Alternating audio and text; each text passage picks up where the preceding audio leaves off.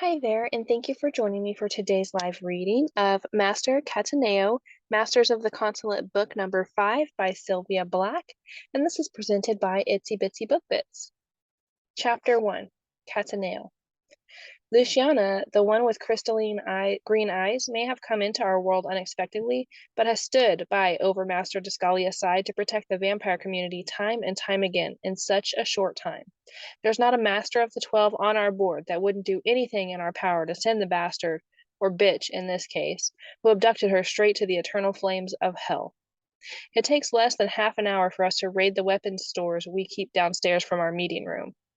I don a double chest vest, snuggie my daggers in, and settle another around my waist, a gun into my side holster, and a shuriken into its sheath. The rest of my brothers prepare same as me. We talk softly to one another while our fierce and fearless leader, Overmaster Descallia, paces the floor, growling into the phone as he strives to get a lead on his missing mate. Isala has gone far beyond the bounds. It was bad enough that she turned her back on the Overmaster when he took Luciana as his mate, jealousy festering until she wanted to destroy all the vampires and take our power in the underworld. When she lured some of Sheba's best and most seasoned shifters to come after us, used them in an attempt to usurp the witch's power to unlock the key to the vampire's secrets and destroy us, it added fuel to an already fuming pot of rage. But nobody thought she would stoop so low as to take her own sister as a hostage in this evil game. Already the dissension between all the factions of the underworld has us precariously close to an all-out war, which is what Isala wants. Nevertheless, Overmaster Descallia will go to the ends of the earth to find his mate, and every one of his 12 masters will be by his side, including me. And we will not care who is in our way, be it defecting warriors from our own midst, rogue shifters who have left a leader like Shiva, or a haven of witches that are known to be right in the thick of everything. Overmaster drops his cell into his suit jacket before stalking toward me. Silver used her scarf and was able to pick up her scent. She is in Italy, but the trail drops off. You know your region the best. We'll need you and your most trusted lords to help find her, Catteneo. My jaw locks tight. My vast region of Italy is a sprawling countryside full of our most trusted vampires, but it's also crawling with the syndicate and those loyal to them. It's a fine balance leading a region so diverse and steeped in culture and history between the vampires and the syndicate.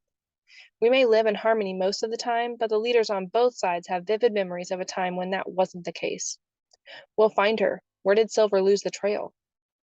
Descallia's black eyes bore into me. At the edge of the sea, one of the more secluded beachfronts in the city of Catania. My chest tightens. How many of our city dead have been found there, floating, days or months after they've gone missing? The police commissioner even set up extensive beats to patrol along the beachy areas of the city, to no avail discarded after the futility. The fuckers still find ways to dump their bloody and battered bodies into the swift-moving currents of the Mediterranean Sea. But there could be other reasons why the trail went cold. We're not dealing with someone who doesn't know that Silver, with all of his powers, would be on the trail. Isala is smart. She would do something to ensure the trail went cold before they reached their real destination. At least that's what I'm betting on. Descallia is betting on it too, as shown when he holds out a scarf to me. I run my finger over one of the multitudes of scarves that Luciana likes to wear. Do you mind if I take this with us? I have some contacts in the city I will reach out to. When Descallia only nods, I continue. I expect Isala will contact you directly with demands. When you've got the rest of the team ready, meet me at my estate. Everyone can stay there. It has plenty of room. Meanwhile, I want to talk to a few people. Descallia's eyes flash. I don't pretend to know how he feels, but I do know my territory. Powers of sight may be scoffed at in some places in the world, but in Italy it is not a rarity. Many families have carried through generations the highest powers of sight. In my region, we have the largest population of people with these gifts, and the one who is said to have the most, Alina, will be able to help. A man not used to relinquishing control, Overmaster Descallia gives me a reluctant nod. He knows how delicate it can be working with the syndicate, and that I've earned their respect, at least as much as a vampire master will ever have, anyway. The territorial lines between the vampires and the syndicate regarding dirty dealings, prostitution, bribes, trades, protection, gun running, and drugs may blur in other parts of the world, but are very clear in Sicily. I don't touch what's theirs, and they don't touch what's ours. I leave them alone and keep my nose out of their affairs as long as they don't impede ours. A harmonious arrangement that keeps bloodshed to a minimum. And right now, the last thing we need is for a group of masters to fly into their territory without warning, something they would perceive as not only a show of disrespect, but a threat of great proportions. I'll smooth the way and grease some elbows. He nods. Lucas approaches. There's another situation that requires your immediate attention, boss, he tells Descallia. The Overmaster's jaw locks tight. I'll meet you at your estate, he says to me before turning to his right-hand man who draws him away. When I arrive at the airport, the bright white Descallia Gulfstream is waiting for me. I nod to the crew loading our things as the airport staff get me checked in on the private tarmac. Once aboard, I fold my lengthy frame into one of the finely upholstered black leather seats, and within 10 minutes we're in the air, heading for my home in Sicily. The flight is quick. As soon as we touch down, the crew begins their preparations for the return flight to pick up the rest of the team in Rome. I call my driver, who is waiting with the car on the tarmac. Did you have any luck finding the woman I asked you about? A trusted employee and driver for years, Lark is as loyal as they come. I have her home address. I know it's not my place to question you, sir, but they say if you ask her or any of her kind for a favor, you owe her for a lifetime. The power she possesses, that's not easy to deflect if you get on her bad side. Some of the rumors and cultures of today are ridiculous.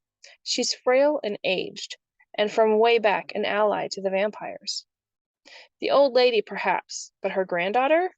Word on the street is that she is formidably protective of her grandma. I roll my eyes. Relax, Lark. I'm just going to ask her if she gets any vibes from a scarf. The old lady is a psychic, not a witch. And just how much trouble can one young lady be?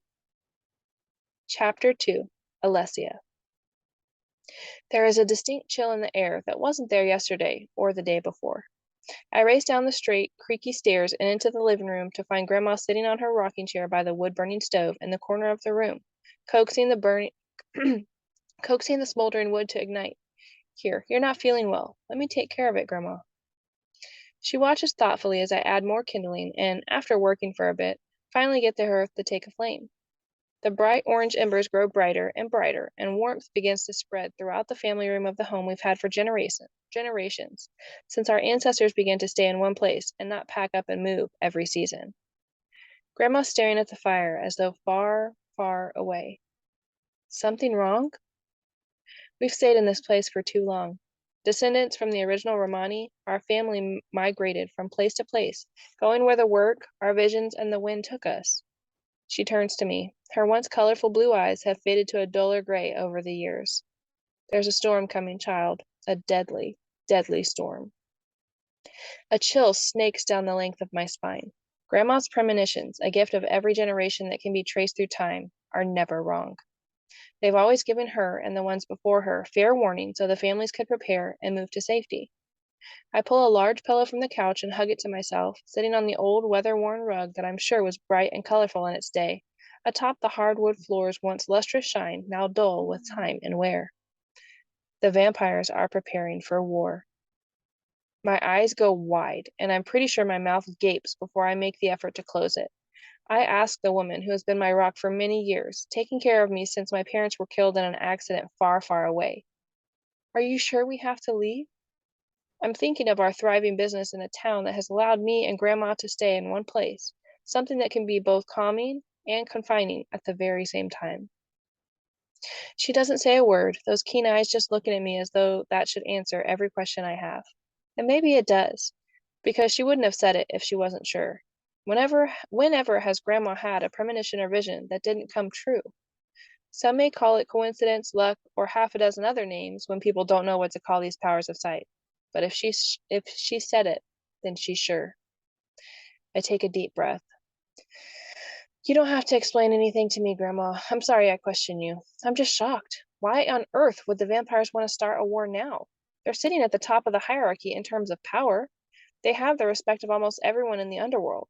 While I'm sure all the factions would love nothing more than to take that power, most people grudgingly respect the vampires for the way they've been able to assimilate into the modern world and their ability to work alongside even the Syndicate. The one with the crystalline eyes has been taken. She has powers too, child. She was sent from the heavens and holds the only key to the vampire's survival. Blood will spill. Much, much blood. Grandma has regaled me with story after story about the vampires. She's the one that instilled a love for their kind in my soul from a very baby, I'm sure, always regaling me with her stories of their bravery, instilling in me a kindness toward them that has grown in depth over the years. And she told me of how she and others her age fought by their sides not all that long ago. But I have never heard her speak of this lady with crystalline eyes. Don't stop, Grandma. I want to know everything about the vampires. You know how I feel about them. She pulls her gray cable knit sweater tighter around her and rocks in the bentwood rocker. The rogues put a stake through Luciana's heart centuries ago, but now she has returned to Overmaster Descallia. I swallow, half enthralled and half annoyed that I don't know who this person of importance to the vampires is. Why would she have kept this from me? She gives me a knowing look. Sometimes it's uncanny the way she knows what I'm thinking. There were things better left untold until you were an adult, child.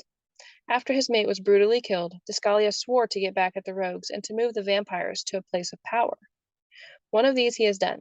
Descallia presides over the vampires across the globe with the help of his 12 masters, each assigned to a region with either a large vampire population currently or historical vampire descendants. Descallia built this vampire community and structure, but the rogues, they have been elusive over the centuries. I suck in a breath.